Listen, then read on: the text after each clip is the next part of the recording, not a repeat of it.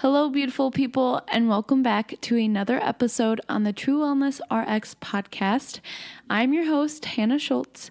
I'm a nutritional therapist in training, health coach, personal trainer, CrossFit coach, and founder of True Wellness Collective. I'm doing all the things and bringing you this podcast covering all different wellness topics, hopefully inspiring you to start your own health journey. That was my whole intention for starting this podcast, and wanting to share some of my own experience, some of my own knowledge with you guys, and also bring on very inspirational guests. I know this podcast is just a baby right now, but getting the feedback already is super motivating to me and definitely encouraging me to do more with this podcast. And lately I've been trying to tune in more and think about what do I want to be offering on this podcast? Where do I want it to go? Same thing with True Wellness Collective. And these past couple of weeks, really the past two more so after coming back from my hiking trip, I've been doing a lot of time with tuning in and taking more time to myself, being quiet and asking myself those scary questions that make me tune in and really dig deep. And a lot of things have been coming up. And, one of the things that have been brought to my attention is that I have not been setting really good boundaries with, my time. And, especially when you're going through your own kind of healing journey, you have to make time to slow down, and I have not been doing that. So I've had to kind of cut things in my life that are not serving me, but luckily this podcast is one that is definitely fulfilling me and making me feel super happy and excited about life. So this is definitely here to stay, and I just hope that this can be a light for you guys. I know I always wish that I had a voice and someone to, learn from who is going through similar situations. I wish I had that when I was just starting out. So here you go. I hope it's helping you out a little bit at least, or at least you like listening to my rambles. But just a little other life updates right now this week. I'm currently recording this in my hotel room. I am working out at my military base this week. So this is a perfect example of me trying to balance military and health and wellness right now. It's kind of confusing to some people, and that's just my life, and it is what it is right now, and I love every aspect of it, the good and the bad. It's making me a better person in so many different ways, and being able to be involved with two different kinds of worlds, I feel like I can really share some tangible experience with you guys. So yeah, I am working out at my base this week. Hopefully next week when I'm back home, I can get back into more of a routine again and start practicing more of those boundaries. But right now this week, I am just trying to do what I can. This podcast was definitely one of my priorities, something that I want to make sure I stay on top of. Also studying for nutritional therapy. We have a big exam coming up less than a month, so I'm a little nervous about that, but also excited. And then just working, and this week I definitely miss coaching. I'm a CrossFit coach, so I definitely miss everyone at the gym. CrossFit mentality, shout out to you. Miss you guys. It's only been a week. And I'm excited to get back to everything. But with that being said, I want to jump into this episode because it is a longer one. And that's because I really truly loved talking to this person. Her name is Christina Rice. She is a nutritional therapist as well. She went through the same program that I am currently going through. She's also a Reiki practitioner. She is a health coach. She does coaching, wellness retreats. She has her own podcast, Wellness Realness, as well as her own blog and Instagram page. She just puts out so much valuable content. I've learned so much through her and have gotten so many different perspectives on different health topics, and, finding different people through her and different research. It's just, she has such a good platform for you guys to check out, and that's why I wanted to bring her on today. Not only does she have all of that value, but she also has an amazing story of her own. And usually I feel like people involved in the health and wellness world typically have a fairly interesting story with how they got here. And we dive deep into, where she started, all the different health issues she was going through and how she kind of went about it. So I would definitely encourage you to listen all the way through. It's definitely very interesting to see how, when one aspect of your body is out of balance, other parts suffer too. And she's a perfect example of that. And we definitely talk about that. We also touch on body image, dealing with weight gain, losing your period, eating disorders, what diets to look for, or what to look for in a diet and what to avoid in a diet when it comes to kinds of healing diets. And also we talk a lot about mindset, and you guys know I'm huge on mindset. Nutrition is really important, but I feel like a lot of people are missing that small piece, and that's the mindset. And sometimes that's the missing puzzle piece to, why aren't we getting results? So we talk a lot about that. And then we also talk about just all the different wellness things. I feel like I could talk to this girl for so long because it's, she went through the Nutritional Therapy Program, and I feel like we just have a very similar mindset when it comes to healing and health. It was so fun to talk to her, and I feel like you guys are really going to enjoy this episode. So let's get right into it.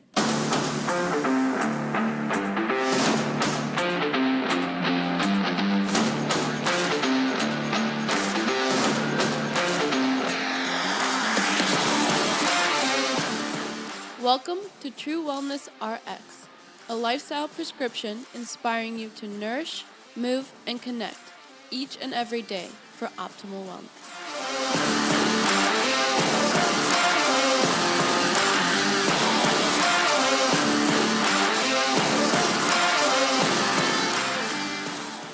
Hello, everybody. Welcome back to the True Wellness RX podcast. Today, I have a very special guest, Christina Rice.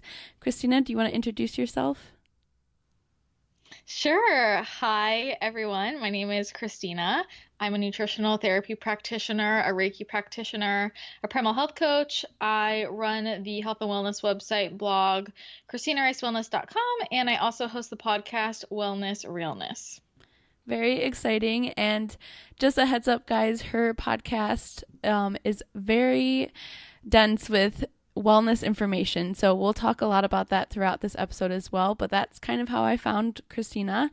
And it's super cool that she is a fellow nutritional therapist. Right now I'm a student, so I'm actually learning a lot from her through all of her content, which is really cool to say. I love that. That makes me so happy. Wait, what city are you in? Yeah, so I'm from Menor, Ohio. So I'm definitely envious of you. Wait, so is NTA in Ohio? No, so the closest one to me is Asheville, North Carolina. Okay, in North Carolina. Yeah. Fun. Well, the good thing about the NTA is wherever you're from, we are just one big happy family. So that's what I saw, like just looking at the conferences and whatnot. I'm just so excited to go to my first one. They're so much fun. I highly recommend it. So, well, hopefully we can meet. Yeah. And for the listeners who don't know, Christina, where are you from? I live in San Diego, California. I grew up in the Bay Area here in California. Then I lived in LA for a bit, and then I just moved to San Diego about 7 months ago. Super cool. I'm so jealous. I'm serious because I'm looking to move somewhere, and San Diego is definitely on the list. I highly recommend it. I think it's the best city in America. Slightly biased, but I mean, slightly biased. It has everything, like all of the wellness trends, like start there. I feel like it's just amazing. Yeah, it's a great wellness center. Everyone's really nice. The beach is right here. It's a bit slower than LA. LA can get a little Yeah. intense sometimes. So it has all the things I love. Yeah, I don't know. I love it. It's very chill. Yeah, I've never been drawn to LA because of the fast-paced thing, and I feel like um we're probably alike in the sense that we're very sensitive to that high-paced energy. So I can only imagine like how nice it was to move down there. Yeah, I just felt like LA was permanent adrenal fatigue. Yes. So it was really nice to move here and like be able to sleep and just feel a lot calmer and even just the Yeah. energy in my apartment and having more space. So it was really nice to move. I'm happy. Yeah. Well, I definitely further in this episode want to touch on kind of like how you've created more of like a safe space and whatnot. But I want to start with because this is just so intriguing and interesting to me, but your own like health journey and where you've been because I feel like you've dealt with everything under the sun. And it's amazing that like you've been able to, I mean, if someone to look at you right now, like you're just so healthy, so vibrant, so passionate about health and wellness. So where did this all start for you? Yeah, so I mean, it's been quite a journey, and it really wasn't until, I mean, the last 6 months that I really figured it all out. So, kind of as I was healing, it's still just like kind of trying to work on underlying root causes, but I didn't fully know everything that happened until relatively recently. Wow. But, growing up, I always had pretty bad digestive issues. I was really constipated and really bloated. And I also struggled a lot with anxiety and depression. And, my gut issues I just thought were normal. Mm-hmm. I just thought it was normal to be in pain all the time. Like my stomach was killing me all the time. And I was so bloated. Did not want to wear jeans, that's for sure. And I thought it was normal to not have a bowel movement more often than, I mean, it was like once a month if I was lucky. Oh my gosh. Um, yeah, and I had acne. I was just super unhappy. My body was not detoxing, but I just thought it was normal. And then it wasn't until I hit college that I started to realize, okay, this is not normal. Like, living, I had never shared a room before. I never lived with anyone other than my family. Mm. Um, and I think also like I was my first serious relationship, and my boyfriend was kind of like eye-opening. He's like, it's really not normal to like not poop. Oh And my I gosh. was like, really? Like, yeah, he was like, Whoa. yeah, like it's just not normal. So that was kind of eye-opening. And when, in college, I was really struggling with my mental health. I was really depressed, and it turned into a binge eating disorder. And I just felt like my life was kind of out of control because I felt so purposeless and depressed, and who knows. So I just really hit rock bottom. And then I remember, I'm just such a perfectionist at Mm-hmm. everything and like an all or nothing person. And I remember one night, I just finished binging and I was crying and I was on the floor and I felt so physically ill, but like my body could not expel anything, like because I wasn't pooping. I've never purged. I have like kind of a fear of throwing up. So like I was just binging on food and like, Okay. really unhealthy foods. And then like I wasn't pooping for like months, right? Oh So my I gosh. just did not, like, physically, I just felt so sick. I was like, I need to pull this together.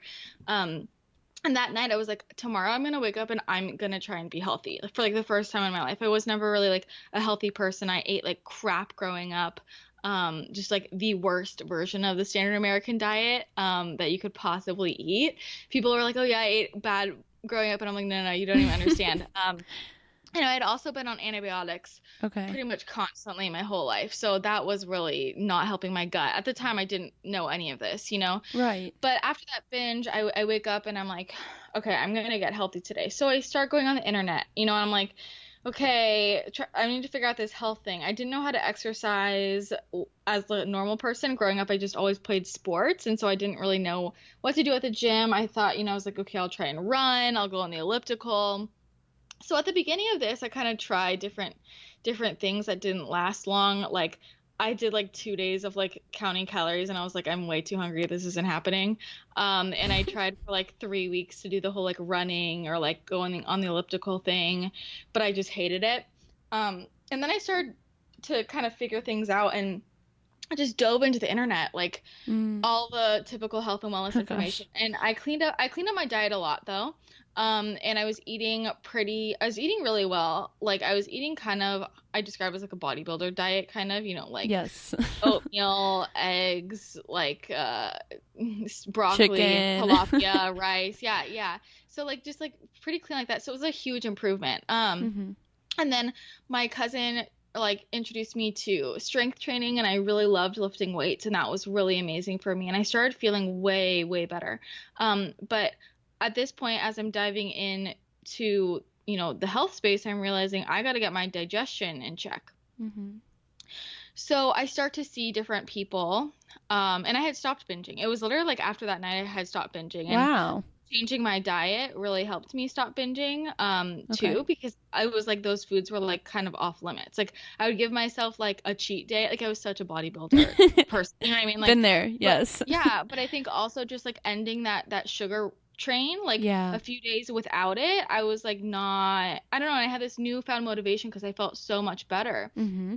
But I still was really bloated and I was not having bowel movements regularly and I was very uncomfortable and certain foods were still giving me a lot of pain and I was doing more research and trying to cut more different foods out of my diet and I became convinced that it was a food intolerance that was causing this. And so I started seeing all these different nutritionists and people to try and help me and I just left every place with a meal plan that was the same like 1,000 calorie meal plan Yeah. because they just like I was like this isn't helping me, you know? Hmm. So I was very frustrated. And then things were actually going pretty well. I felt a lot better overall, but still the digestive stuff and my life started turning around. I got some really great internships and was finding like better friends at school. And then I went to San Diego on vacation and I had some froyo for like my cheat meal and I was violently ill Oh like my gosh. all night. And then the next day I went back to school and it just lasted the whole week. The whole week I was just expelling things in every direction and I couldn't leave the bathroom. I was very afraid. I couldn't keep any food down and it lasted the Wow. full week. And I tried going to the health center and they told me I was pregnant and What? Oh my they were like, gosh. yeah, they were just no help. Somebody else was like, just take Metamucil. I was just very upset. Okay. Eventually, yeah. So after a week of that, my parents came back down and like they came back. I was just immobile. They Oh. hung out with me for the weekend. It was my birthday. Oh. They took me to urgent care, and at urgent care, it was the first doctor who was like listening to me. He was like, "I really think you should just completely cut out gluten and dairy." Wow. Now, yeah, and I was already pretty close to doing that anyway, so to me, that was like no big deal. I was like, "All right, cool, I'll do it," because I kind of just like wanted someone to tell me to do it, you Yeah. know? Yes. Um, so he did, and then after that I cut out gluten and dairy. My I stopped like throwing up 24/7, but it was almost like after that episode, my stomach was just never the same. Like Hmm. I wasn't digesting food. And I did cut out the gluten and dairy, and in about 2 weeks, I would say I felt so much better, not digestively necessarily, but um, I didn't have to wear glasses to class anymore, Wow. and I had a ton of energy. I didn't have any joint pain. I struggled a lot with really bad joint pain my whole life. Like I couldn't, you probably know, like I love to walk. I couldn't walk longer than like 20 minutes Oh my without like gosh. being in severe pain because my joints were in so much pain. My skin was clearing up. Like I just felt, and I felt like this fog was lifted. Like I could see clearly for the first time. And I've always been a really good student, but I remember thinking, oh my God, I was like at like 50% of my brain Wow. capacity before. Yeah. So just all of those changes were just so profound that I was like, well, I'm definitely not eating gluten or dairy again. Um, and then my digestion, I mean, it just stopped working and I was in more pain than ever before. And I was losing a lot. I just started losing a lot of weight and seeing all these different doctors. And finally, my acupuncturist gave me a stool test and found out I had Candida. And I was like, okay, I think Candida. So Candida, is a yeast that we have in our stomachs, and if it's overgrown, that can cause issues, right? So this can lead to bloating, constipation, acne, brain fog, a whole host of symptoms. So I was like, okay, Candida, this is the thing. So I go on this anti-Candida diet, which is basically a low carb diet, Yeah. and sugar-free diet, and some antifungals, and I had a crazy detox reaction. Like I Oh, was crazy sick, but then after that, my bloating was gone for the first time in my whole life. wow. Um, Oh, that's the best feeling. yeah, it was insane. And so I clung to that. I still wasn't having regular bowel movements, but my bloating was gone, and I had never experienced that before. Wow. And so I was feeling a lot better about myself, like I wasn't bloated like that. Like Mm-hmm. I wasn't pooping, but I wasn't in pain all the time. Okay. And I was losing a ton of weight, and I didn't realize how quickly I was losing a lot of weight. And I started getting a lot of attention Oh, okay. for it. Some people were like, "You look amazing. Like, what are you doing?" And I was all in this like, "Oh yeah, I'm super healthy now. Like, it's so easy, like this high horse, whatever." And then some people are saying things like, "You look a little like too thin. Like, are you okay?" And I was like, "Oh, they're probably just jealous." And I did not see in the mirror like what I looked like. I look at pictures now and I'm like, that is not what I saw. It's kind of crazy. Wow. Um, Yeah. yeah, so I dropped um I mean, God, what was it? So before this, when I was in high school, I got a chronic case of mono. So I had mono for a year and a half going into Oh my college. gosh. Yeah, so that's rooted in Epstein-Barr virus. Yeah. So Okay. that's why these all kind of play into each other, like from antibiotics to Epstein-Barr, mono, the Ooh, gut issues. So, I mean, I dropped like 50 pounds in like 3 months. that's Um, insane. yeah, and at my lowest weight, I was 73 pounds. And you're already Um, so tiny. And then, yeah, it oh was my a gosh. lot. It was a lot. I'm not like super tall. So I mean, at the Yeah. time, oddly enough, I just grew like this month. I grew like 2 inches in the last 2 months. It's so weird. But I mean, I was like 5'4", 5'4", and like 73 pounds, Oh my so gosh. I looked very skeletal, and like that whole transition, like I knew I was losing weight, my clothes were fitting different, um, Okay. but I just wasn't seeing it Were completely, you working out too, or? I was still working out at the time. It eventually hit a point where I'm still seeing all these doctors, and all these doctors are not believing me about my digestive issues. So I had cleared the Candida, and I'm still not having bowel movements, Hmm. and I'm getting nervous, and like my bloating started to come back. Okay. Um, and I was really afraid of any carbs. Developed orthorexia because I was really afraid of carbohydrates because I Mm. was like they make me bloated. Um, and I was just so convinced that everything was rooted in food. Food was the problem. So, I'm seeing all these different doctors, and they're basically all telling me that they don't believe me, that I'm anorexic, that there's something I could do, and I had to bring people with me to vouch for that I was eating food. And there was a period of time, kind of at the beginning of this, where I was just like eating a normal amount. I would say probably like under eating, but like for other people might be normal. Mm-hmm. But it wasn't like I was never not eating. It was just like I would eat. I would eat with every meal, like avocado, protein, like some kind of animal protein, and then vegetables. Mm-hmm. And I'd have like 4 to 5 meals a day like that. Okay. Um, That's so a I good didn't feel amount, like, you know? yeah, I didn't feel like it was like crazy. You know what I mean? I was like, I'm so Yeah. confused, but I wasn't like pushing my calories the way I needed to put on weight when you're in that severe of a situation. Okay. I was like eating if yeah, long story. Okay, so um anyways, my nutritionist like had to talk with me, and she kind of just like slapped me in the face with self-awareness and was like, Damn.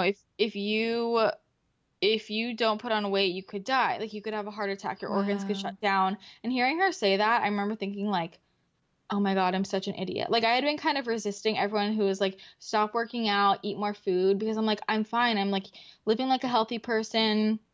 And Mm-hmm. I kind of liked that I was getting attention for like being like skinny. Like I was Okay. getting asked to model, and people were looking at me for the first time, but it was this weird emotion of like halfway kind of liking the attention because I had never had attention like that before, Mm-hmm. but also being really embarrassed of the way I looked because I was aware that I looked sick. Like Okay. it was really weird. It was like I liked being skinny because that's what like society tells us, right? But I Yes. also was like embarrassed because all of my clothes were baggy. I've always been really into makeup, and like it was like I would look at my face and like I had wrinkles on my face, and like Wow. my hair was falling out, and I was uncomfortable. I was freezing all the time. I had no energy to do anything.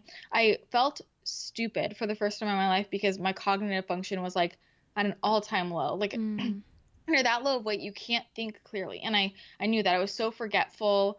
I just didn't feel like myself. I've always been really sharp, and that was like a huge, it just really deflated my confidence to feel like I wasn't there. Like, Yeah. so it was really, I just felt out of my mind, honestly. But she like laid down the law for me, and I was like, honestly, I don't care about being skinny. Like if I die for it, you know? So after that, I stopped working out, and I started to like push my calories more.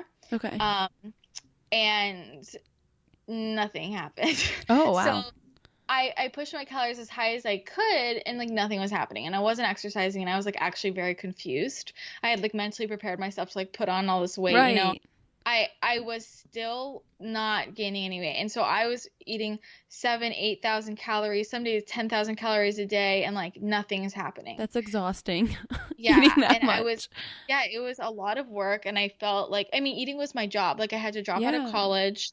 I was basically Wow. just eating all day, like, Oh you know, my like eating and gosh. like trying to relax, but it's like really stressful. Yeah. Like drinking jars of almond butter. Like, can you help me?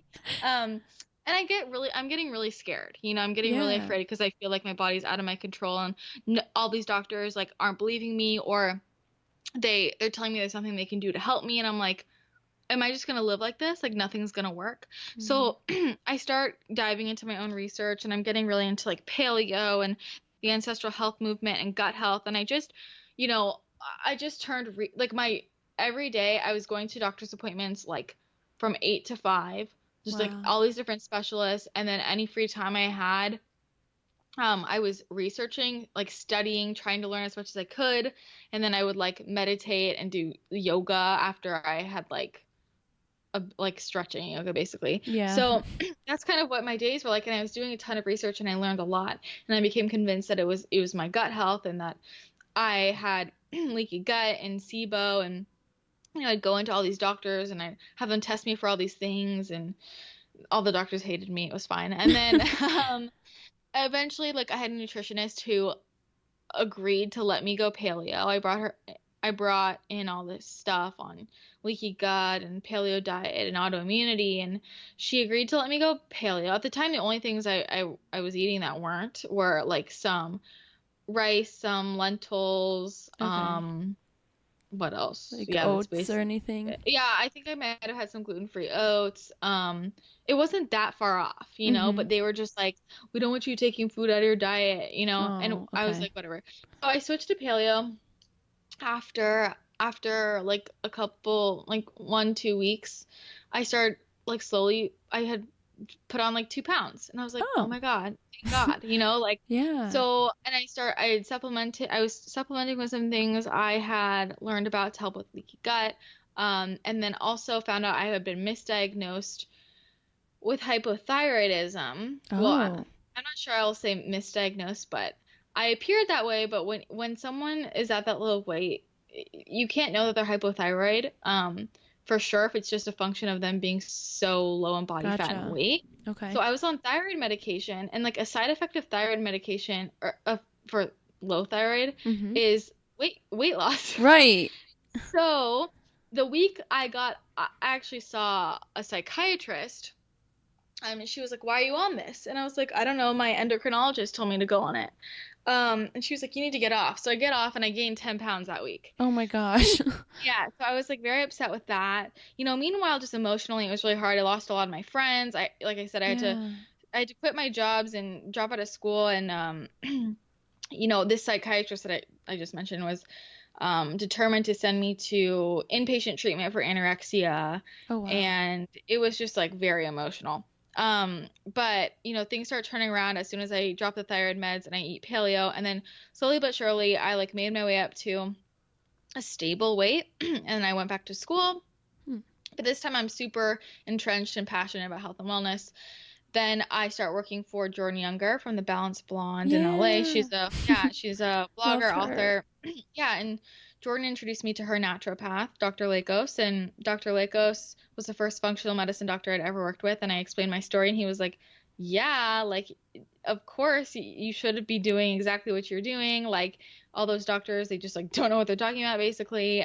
He gave me all the tests and I was right. I did have SIBO and some other bacterial overgrowth, and he just really validated me and made me feel heard. And it was really great. So he helped me work on a lot of that stuff. And then I finally got rid of my SIBO. And then kind of in the last couple years, like, my health was just going back and forth. And what's interesting is, when I was at a really low weight, everyone was aware and everyone was interested. But when you are just at like a normal, stable weight, Mm-hmm. people don't really take your illness seriously. Yes. And so the last few years, I feel like that's kind of like the main part of my health story that I cover is when I was super low weight because that's what people find interesting. But it was like I was still dealing with things in the last few years. And um just different. I had Candida. I got another case of Candida that I had for over a year, Oh, wow. and then a few other bacterial overgrowths, SIBO again.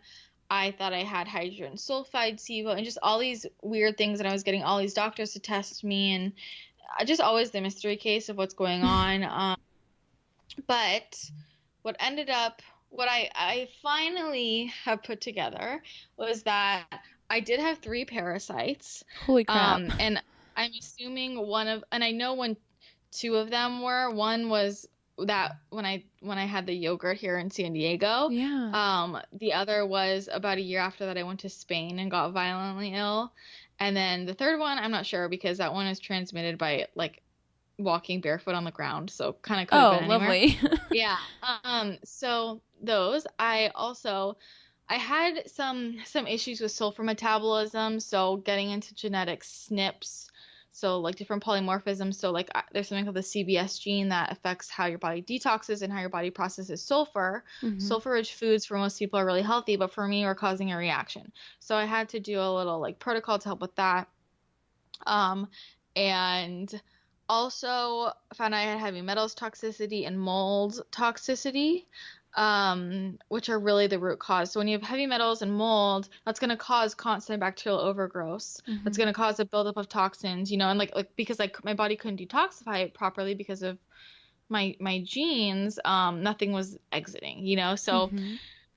finding all of that out was very helpful. So in the last year, I've been working on clearing the mold and the metals and got rid of my parasites.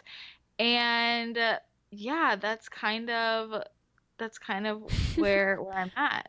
That's so crazy. Just, that's kind of where I'm at, like so casual.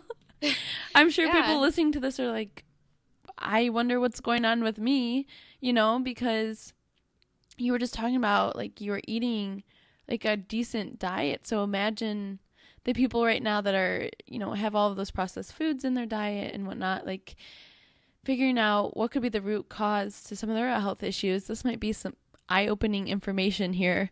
And I Yeah. know, like, so me, for example, I relate a lot to you with parts of that. Obviously, some of these are your own personal too, but I'm dealing with like high mercury levels, and I just now submitted like a test for SIBO, the breath test, and then a stool test. So hearing that you got through the other side definitely helps me out.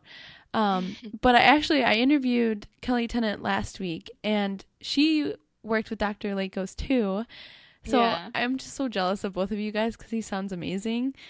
Are you still kind of like working with him now, or is it more on your own?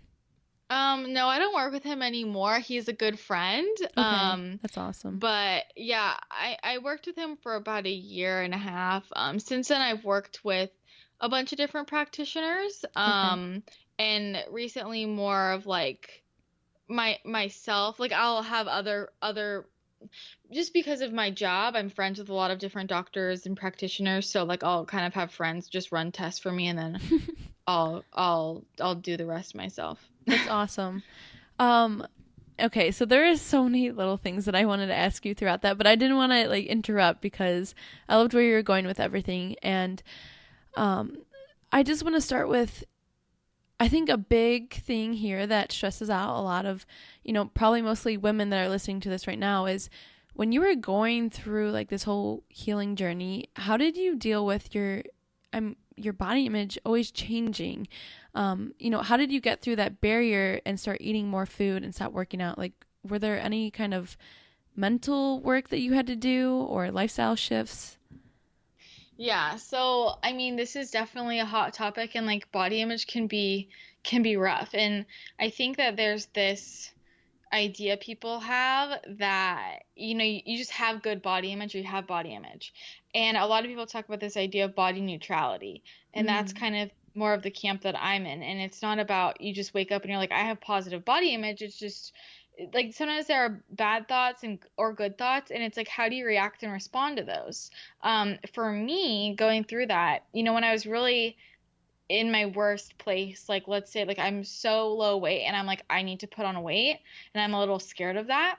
yeah. I remember just a lot of self-talk, like a lot of like talking to myself and reminding myself over and over like you're like the long-term goal. Like I want to be healthy. And I just remember I kept saying to myself, like giving myself tough love, would you rather die or be skinny? Mm, Like you're yeah. you're picking. Like if you pick skinny, you could die, or you could put on weight and live. And like, is your life worth being skinny? And I was just thinking like, no, it's not. And I just have to keep kicking myself in the butt with that awareness. And also like really during that time, that's why I turned a lot to meditation and yoga. And that time was so profound for me in terms of personal growth and really understanding myself and my values and finding my purpose and focusing on my purpose in this world. And that kept me straight because I suddenly didn't have time to worry about the way I looked. Like I just didn't care Mm, as much,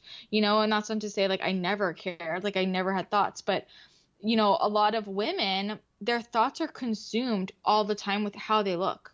Like yes. it's actually kind of scary when I think about like the number of times I used to look at myself in the mirror, or like I'd walk around and think, oh my God, like how's my stomach look in these jeans? Like, oh, I just met someone new. What do I think about my weight? Like a lot of women are just trapped in thinking about the way they look or like their skin. Oh my God, I have a zit. Everyone's looking like people, this consumes their thoughts. And when you find a purpose or something great or something that really takes up all your brain space, then that gets crowded out. Um, and so I think as soon as I really found my self-worth and my value and understood myself and my purpose, it was much easier for me to just not care as much about the way I looked. And I also just really detached. And even with, Mm, so I went through this period of weight gain, and on some levels it wasn't hard because I felt like I looked better, when I when I looked healthier. yeah. But then it gets to the point where, I hit like my whatever quote normal weight where I was at before. But then I had to put on even more weight. And in the process of like a lot of times when you have it could be SIBO, it could be heavy metals or mold or any type or thyroid issues or kind of any other underlying issue, it can cause your body to store extra weight. And I also didn't have my period. I lost my period for 4 years. Wow. Okay. And a lot of times, not all the time, but sometimes women with amenorrhea need to put on extra weight to tell their bodies that it's safe. And so I had to put on more weight than I ever had before. Like I had to be a heavier weight than I ever had been before and like really cope with that. And that's not easy every day when you're suddenly, a bigger size than you've ever been. But for me, it was going back to those tools of like honestly detachment. And Mm, it's not this thing where it's like every day you're looking at yourself being like, I'm obsessed with the way I look, like blah, blah, blah. I mean, if you want to, that's great. But it's this body neutrality thing. It's like, this is my body. Like, this is just the way it looks. And okay, it's there, but like that's not what I derive my happiness from or my yeah. self-worth from. Like there's all these other things I do in the world, and I wouldn't be able to do all these things every day for other people if I didn't have a functioning body. And like my legs allow me to move and I can eat like a normal person now, and my brain is functioning properly, and all these things are so worth it to me. And I think also for me, like, I guess I'm lucky because I documented a lot of what I was feeling Yeah. at the time. And if I really need to kick myself in the butt, I will read some of what I wrote and remember how I was feeling in my body I and love how that. uncomfortable, yeah, how uncomfortable I was. I have a blog post that's called, I think it's called The Ugly Side of Skinny. Mm. And sometimes I'll read that and I'll be like, holy shit, like I would rather carry an extra 15 pounds than like be back in that place, Yeah. and also remembering the toll that takes on your social relationships, Hmm. your emotional health, like it's just not worth it. Like, to eat um, so clean, have your whole life revolve around exercise and it's like that's your whole life. You're giving up so many other opportunities. And, people talk about this a lot. I talk about this with my friends. It's like, I'd rather carry an extra 10, 15 pounds and be able to go out with my friends to get, vegan ice cream on the weekend or like, Yes. have a baking party than be so particular about all of my food all the time and never partake in those experiences. It's not worth it. And like, no one else cares. Like the only person who really cares is you, and you have the choice to decide if you're just going to be accept your body and be neutral about it, love it, or if you're going to actively choose to hate it. But like we choose where we put our energy, and I don't want to put my energy into hating myself. That's not going to do me any good or anyone else any good. Doesn't make Hmm. me feel good. So I'll put my energy elsewhere, and like my my body is like not my main concern. Like I am on this earth to do so much more and do such greater things and worry about the way I look or look a certain way. That's not my value, and that's not just for me, that's for everyone listening. I love everything you just said. Um, I don't think you could have said it better about body neutrality, and that might be the first time some people are hearing this.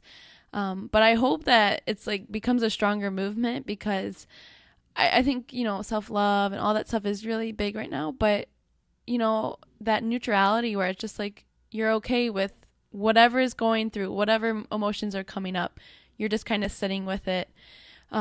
And also appreciating your body for what it does and what you get to experience and not necessarily how it looks. Like, I think that's so important. And I think you probably experienced a lot of that going through all of this, like so many different shifts. Like, can you speak to someone who is going through this healing journey right now and they don't really see like the light at the end of the tunnel? Like, what is some advice for them right now? Yeah, I definitely been there. I mean, but I feel like part of me, it is honestly kind of hard for me to relate because I've always been such a fighter.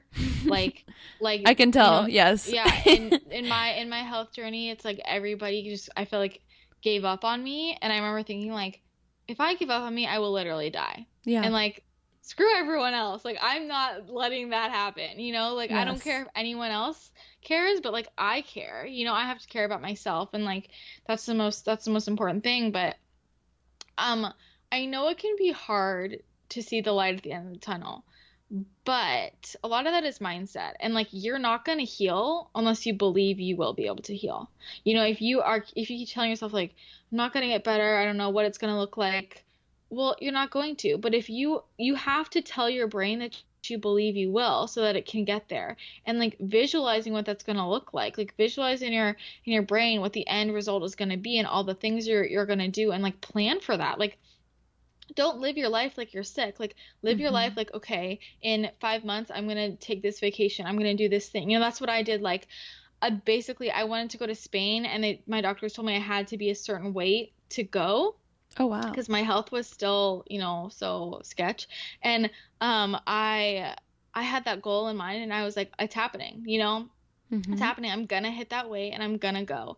And I did. Like I had that goal in mind because I wasn't, or I could have just been like, oh, I don't know if I'm gonna get there, so I shouldn't book the trip. Yeah. Like that would have been me giving up. But I also think like taking it a day at a time. You don't always.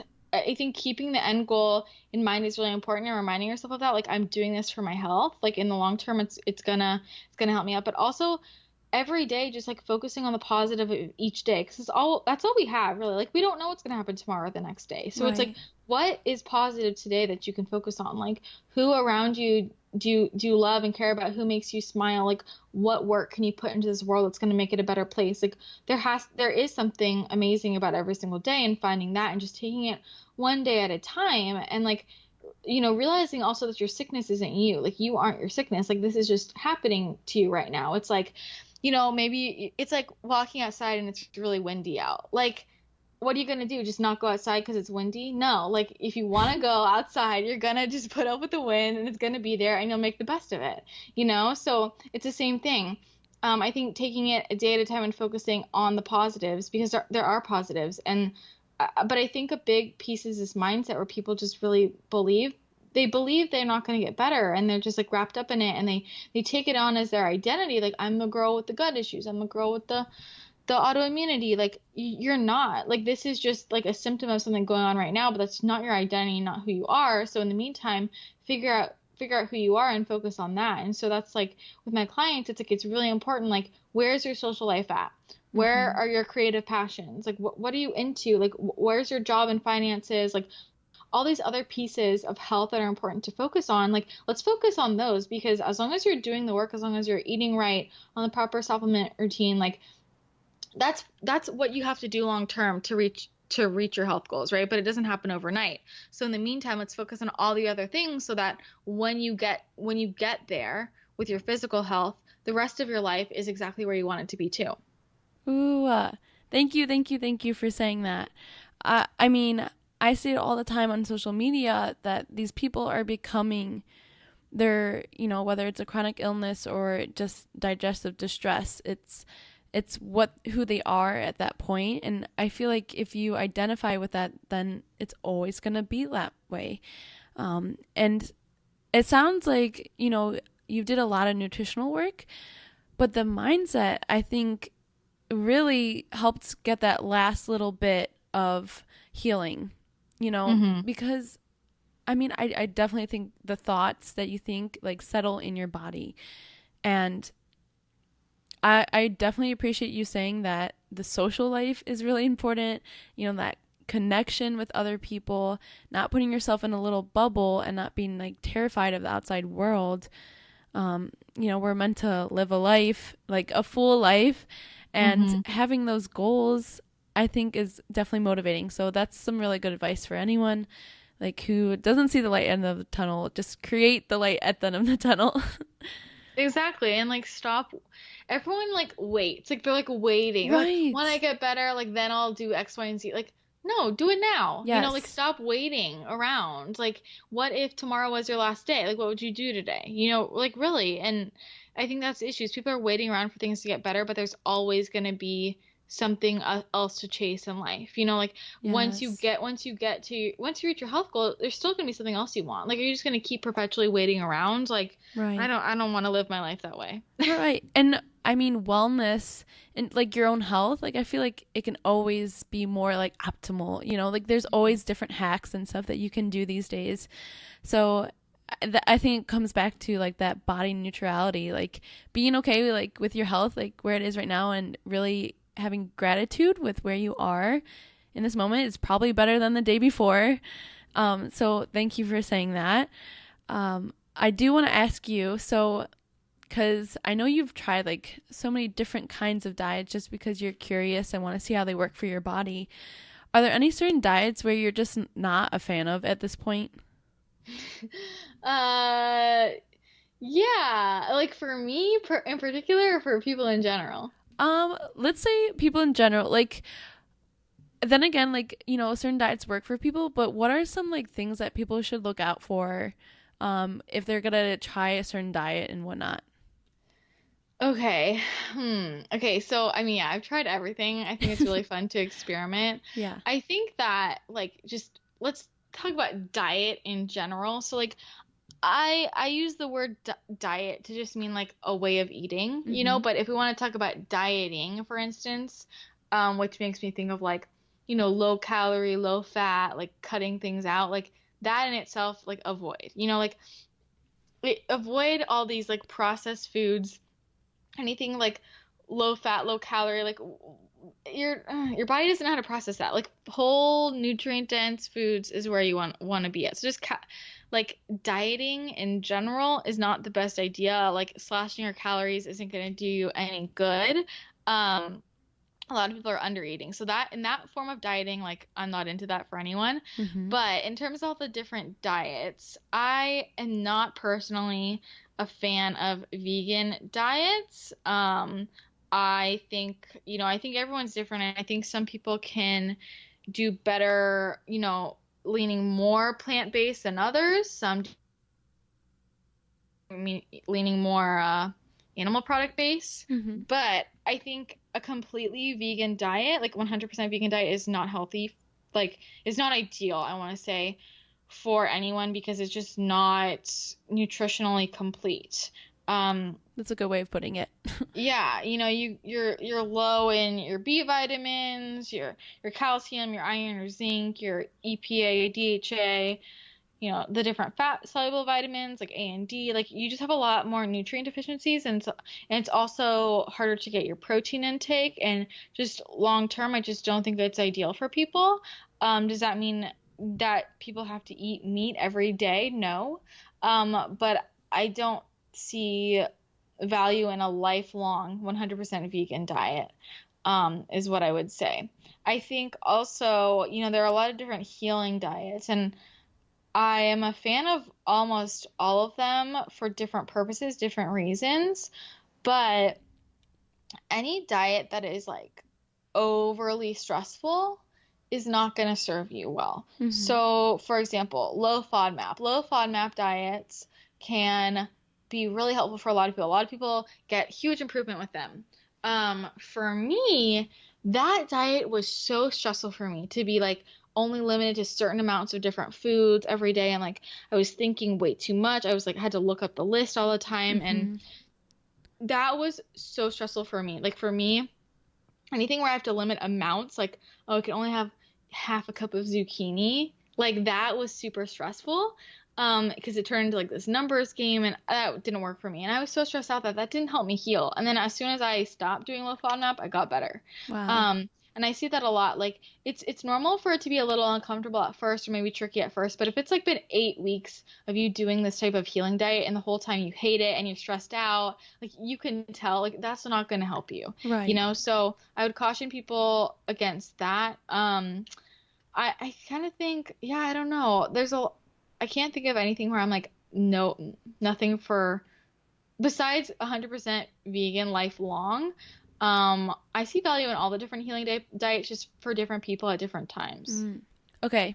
Thank you for saying that as well, because there's a lot of people who are very biased in the wellness world and think, one diet should fit a lot of people. But I mean, keto, for example, in certain situations, it can be very healing, but in other situations, not so much, especially like with women and their hormones. But I like that you touched on, the basis in general for any kind of diet should be the whole foods, like for any kind. And I think most diets you can, have your base be whole foods if it's a good one, and it's a healing one. So I was just curious. I just wanted to ask you about that one. So right now you're mostly paleo. I mean, I would say like 99%. It seems like. I would say, I'm like 99%. I mean, I think of myself being totally paleo if people want to get technical. Right. Do I have a like gluten-free vegan brownie like once in a while that has like, I don't know, gluten-free oats in it? Maybe. I don't know. Like when I eat out, when I eat out, as long as it's gluten-free and vegan, if it's a dessert and it's gluten-free and vegan, I'll eat it. I'm all about it. Yeah, but I don't eat any grains or legumes. Okay. I don't do dairy unless like I do okay sometimes with like some grass-fed whey. Oh. Other than that, I don't know. I don't really like dairy, so I don't really think about it. Every once in a while, I have that in like I like these bars. They're called Marigold bars. That's like kind of the only time I'll have the whey. But other than that, I don't do any dairy. I just eat vegetables, animal proteins, fats, fruits, nuts, seeds.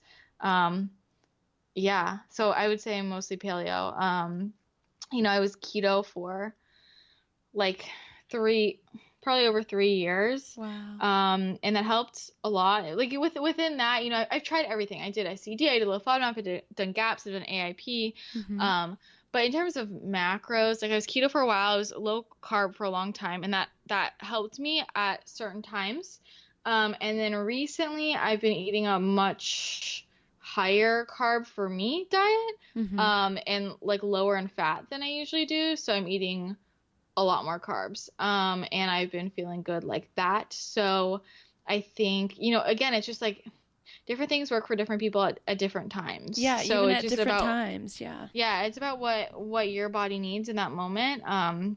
And so yeah, I'm having fun. I like to change things up and see how my body responds. I'm really wary of anybody who says like everybody should eat keto all the time. I don't trust them. Anybody who says everyone should eat high carb and low fat all the time, I don't trust them. Like Yeah. it's so individual, and I think the body also thrives off of variety, Yes. and switching it up can be really nice. So for me, and I tell people, it's like if you've been doing one thing with your diet for years and you're just not getting the results you want, like obviously you need to do the opposite. Like you need Yes. you need to elicit some change. And so for me, I think that's why it was so helpful. Like I just swung my body in completely the opposite direction. And I think my body needed that. Like I hadn't had a lot of carbs in a long time.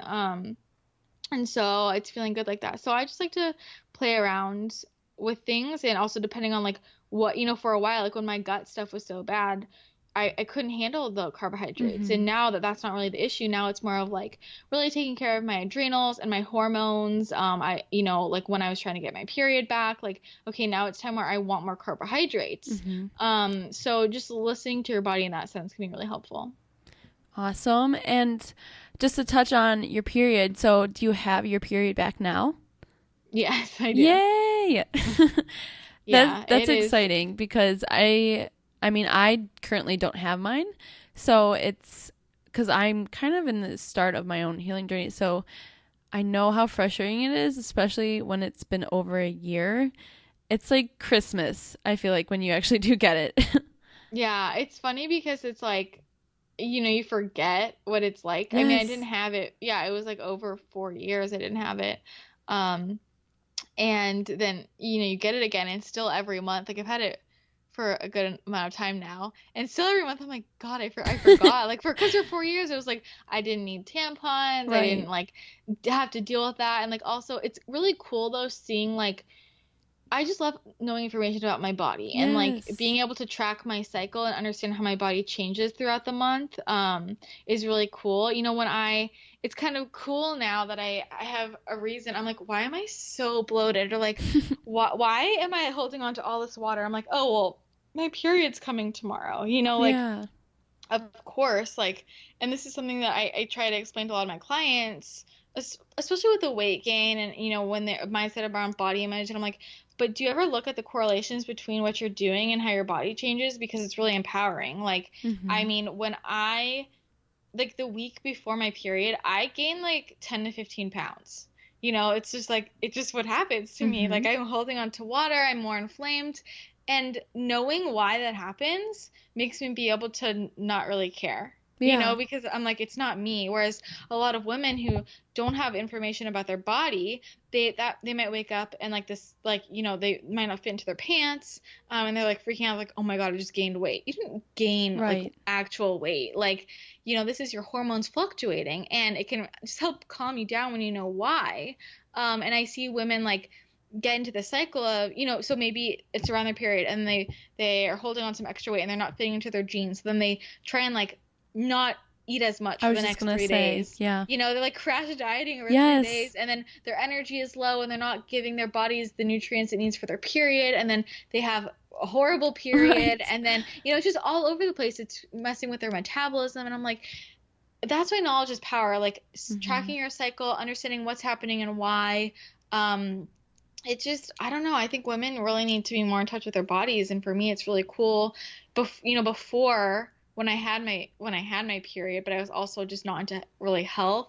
I didn't think having my period was cool. Like, I didn't see anything that my body did as like interesting. It was just like happening, and I hated my period. Yes. I hated it, and now I appreciate it. Even when I'm like, wow, this sucks. Like, I have cramps. At the end of the day, it doesn't really upset me because I'm so appreciative that like I'm fertile and like I got it back. Exactly. And it's kind of cool.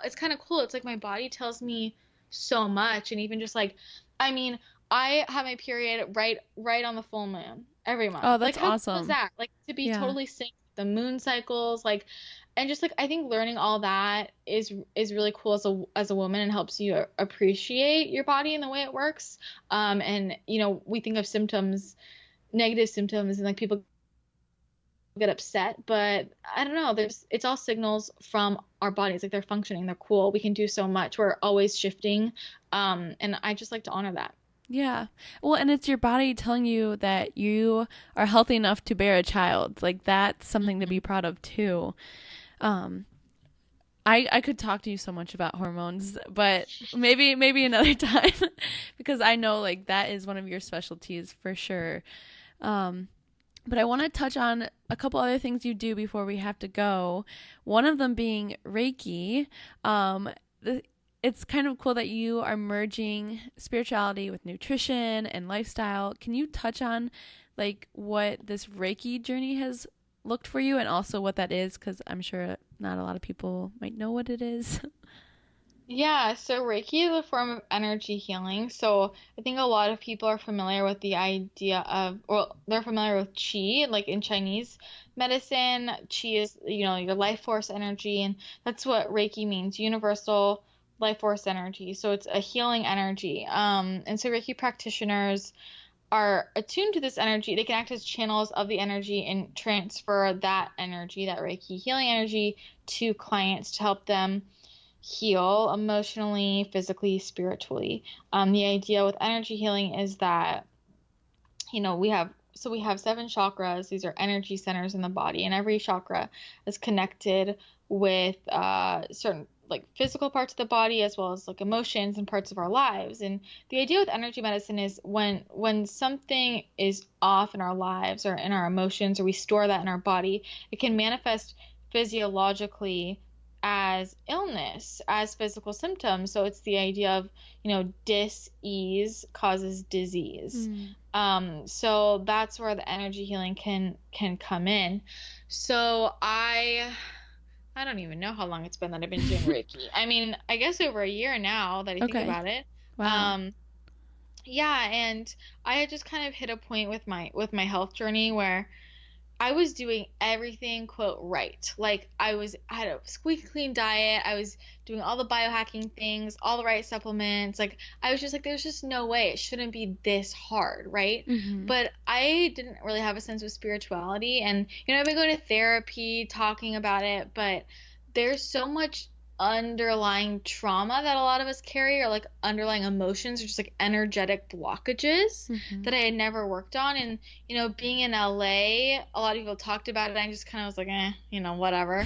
And then I decided to just finally give it a chance, actually, because my functional medicine doctor that I first worked with, Dr. Lakos, he started getting really into it, and I was like, okay, well, if he is into it, like, he's very like science-based, like he works in the ER, he's into it, I'll give it a try. And so I started working with different types of practitioners and learning about it, and just fell in love with energy healing, and saw how transformative it has been for so many people. And really wanted to be able to use that with myself, and also with clients who were just hitting a lot of blocks. A lot of the clients I work with, they're really healthy, like, quote, they're healthy already, like they're eating really well, all the right supplements, and they still have these chronic health issues. I work with a lot of clients who have chronic illness, and they're like, they don't understand why they're not getting better. And I wanted to be able to help them work through that on an energetic level.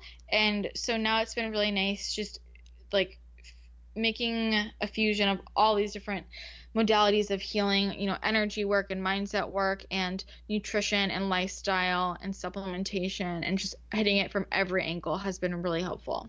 That's amazing.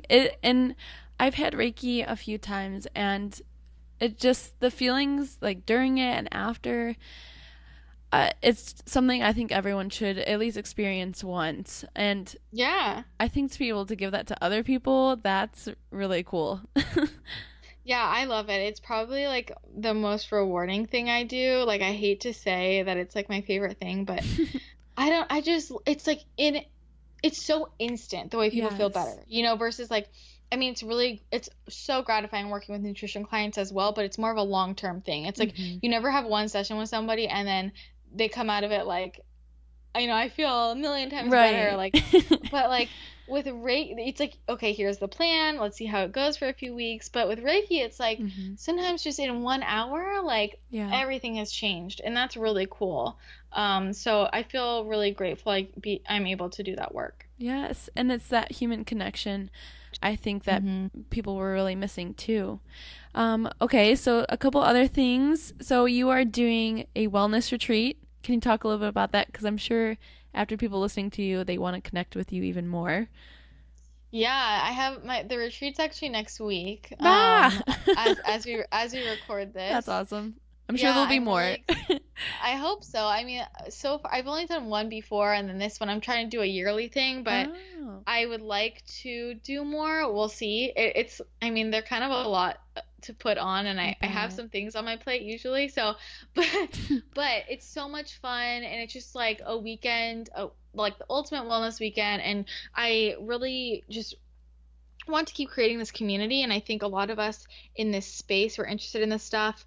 We don't always feel like we have this community of people who really get us, like Yes. in person. And so turning these internet connections into in-person interactions is just so amazing. And last year was just one of the best weekends of my life, and these women, we all left changed and really close, and they found their lifelong best friends. Oh, People are still like every day they're best friends now. They travel and see each other. Like it really bonded wow. us. And so I like to just do a blend of like, it's fun. We're just talking about all things health and wellness, or eating delicious food, and doing some like wellnessy things. Like this year we're doing nutrient drips and shots and ionic foot baths and some acupuncture, and then we'll do like we're hiking and doing yoga, and then I'm going to do group Reiki, and then Oh but my really gosh. It really sounds my like favorite heaven.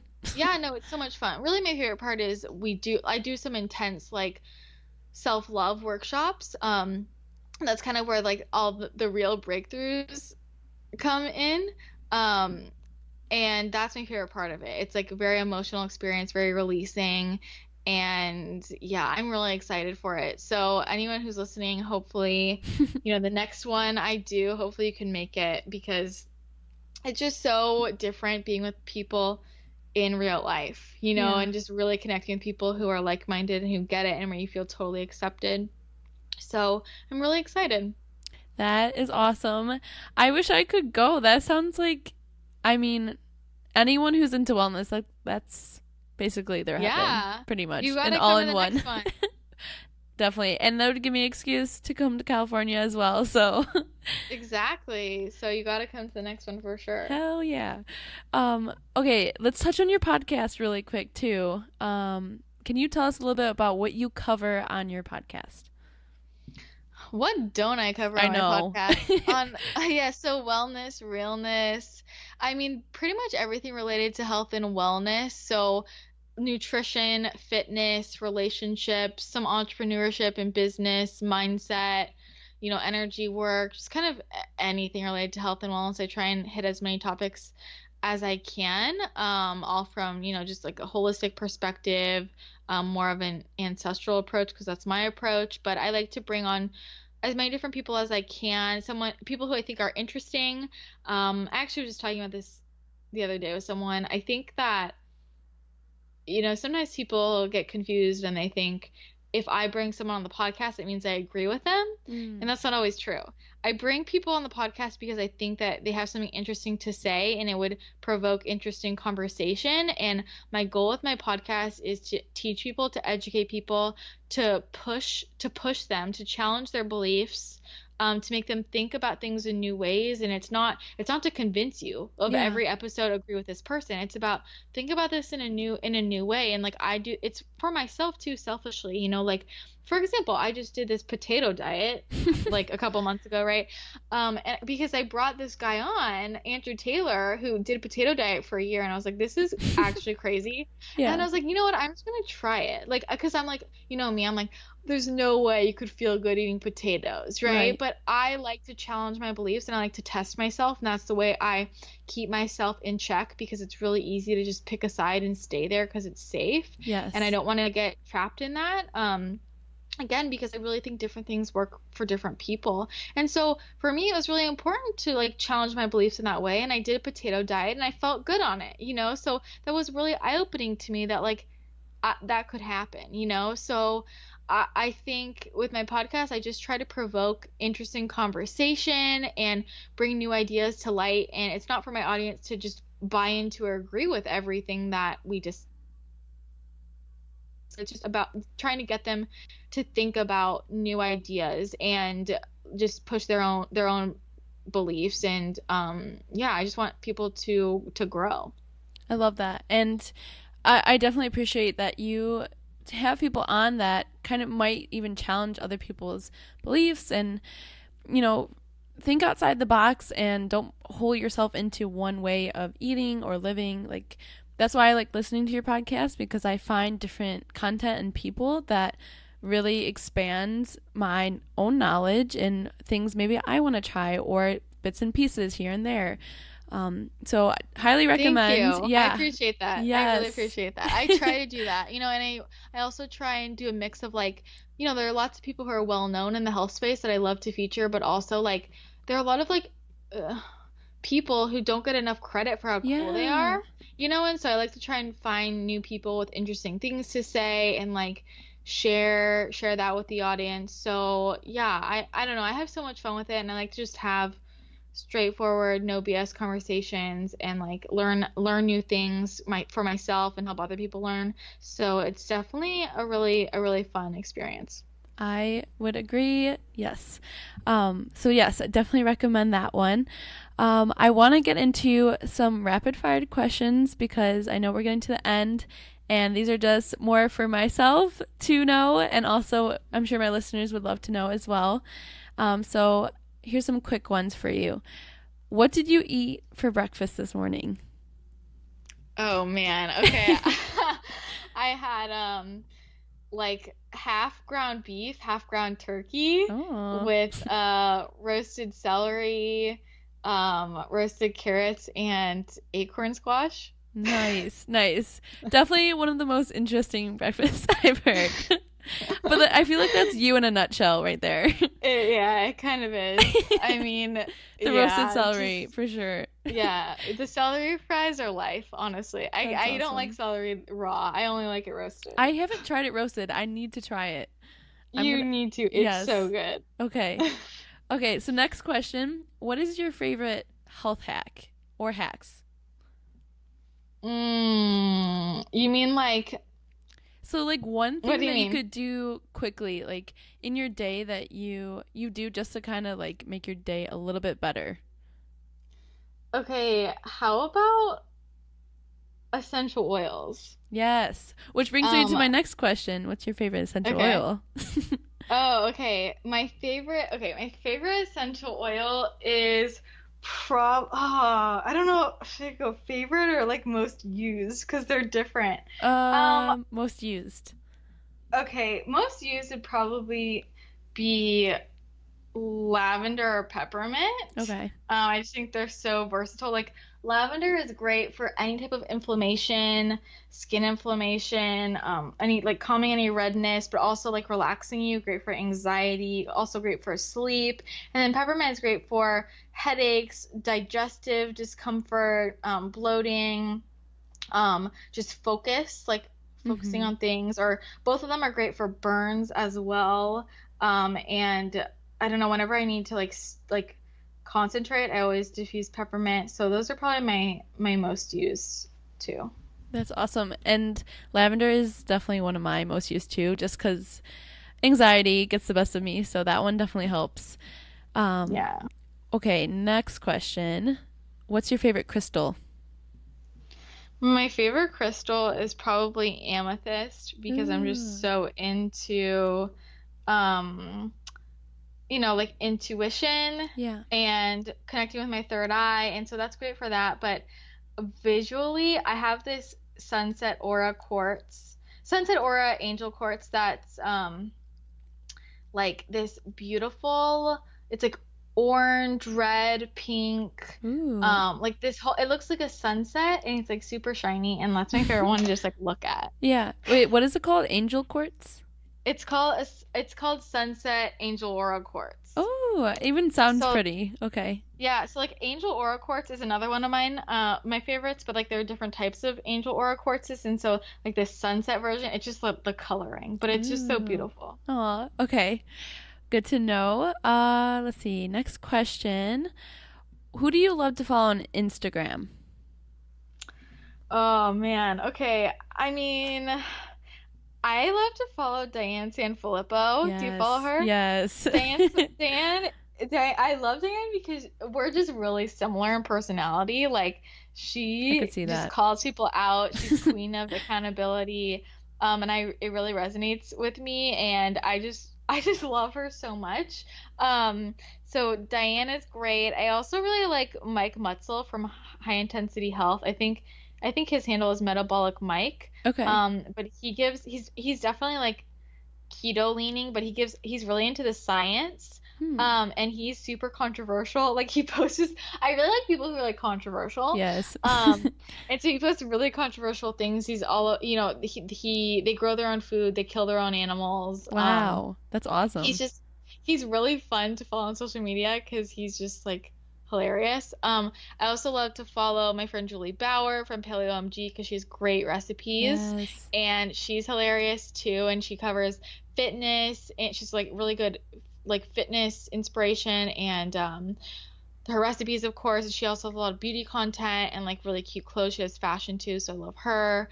And then I also love my friend Marissa from Misfit and Nerdy. She's on YouTube, and obviously Instagram though. But we just have very similar beliefs in terms of health and nutrition and fitness, and she gives out really great content, and a lot of research to back it up too. Versus like I'm not someone who's super like research based in the sense of I don't like cite studies every time I talk.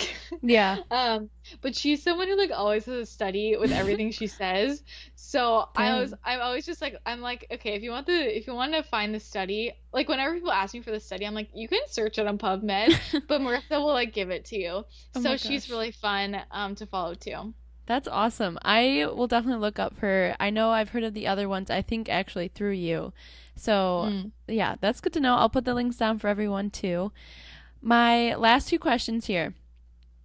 First one, if you were to recommend a book to everyone to read, what would it be? um Big Magic by Oh, Elizabeth yeah. Gilbert. Have you read that? Yes. Love that one.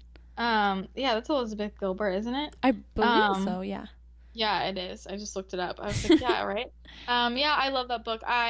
It definitely is one of a lot of self-help books, like they're great, but there's not that many that really Hmm. hit me. Like, I'll read them, like, yeah, that's cool. But that one, I was like, this is so motivating and like inspiring. Yes. Especially if you're a creative or you're an empath.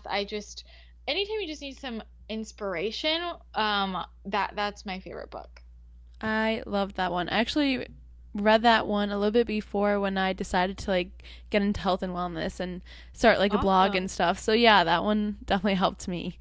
Yeah, I love it. I have it on audiobook too. I'll like listen to it Yeah. when I need some a kick in the butt. Yeah, I kind of want to reread it now. But okay, last one. When you are old and gray and you've lived a very full life, what do you want to be known for? Oh, wow, that's a good question.